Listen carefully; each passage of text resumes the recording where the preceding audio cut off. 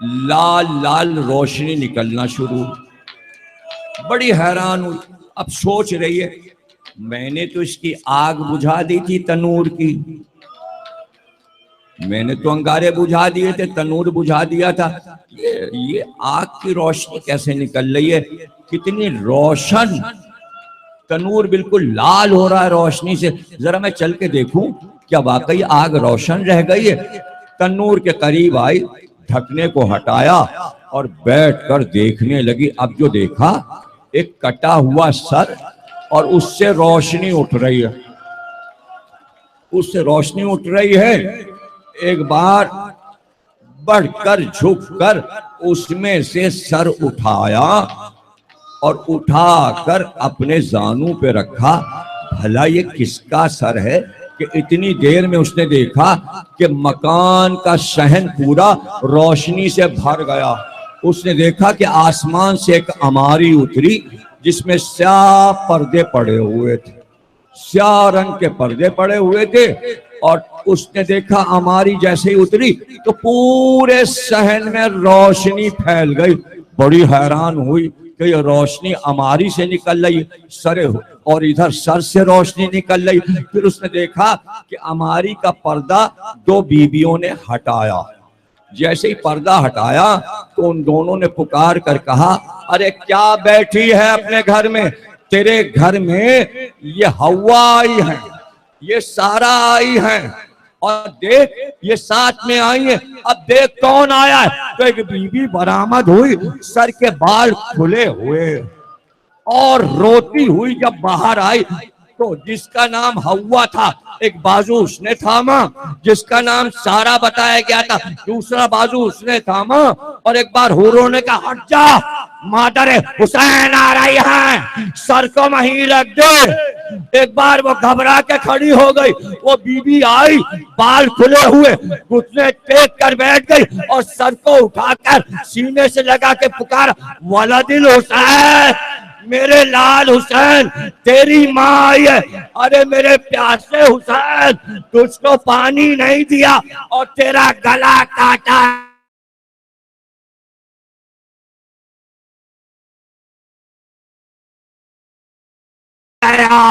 یہ میرا لال حسین.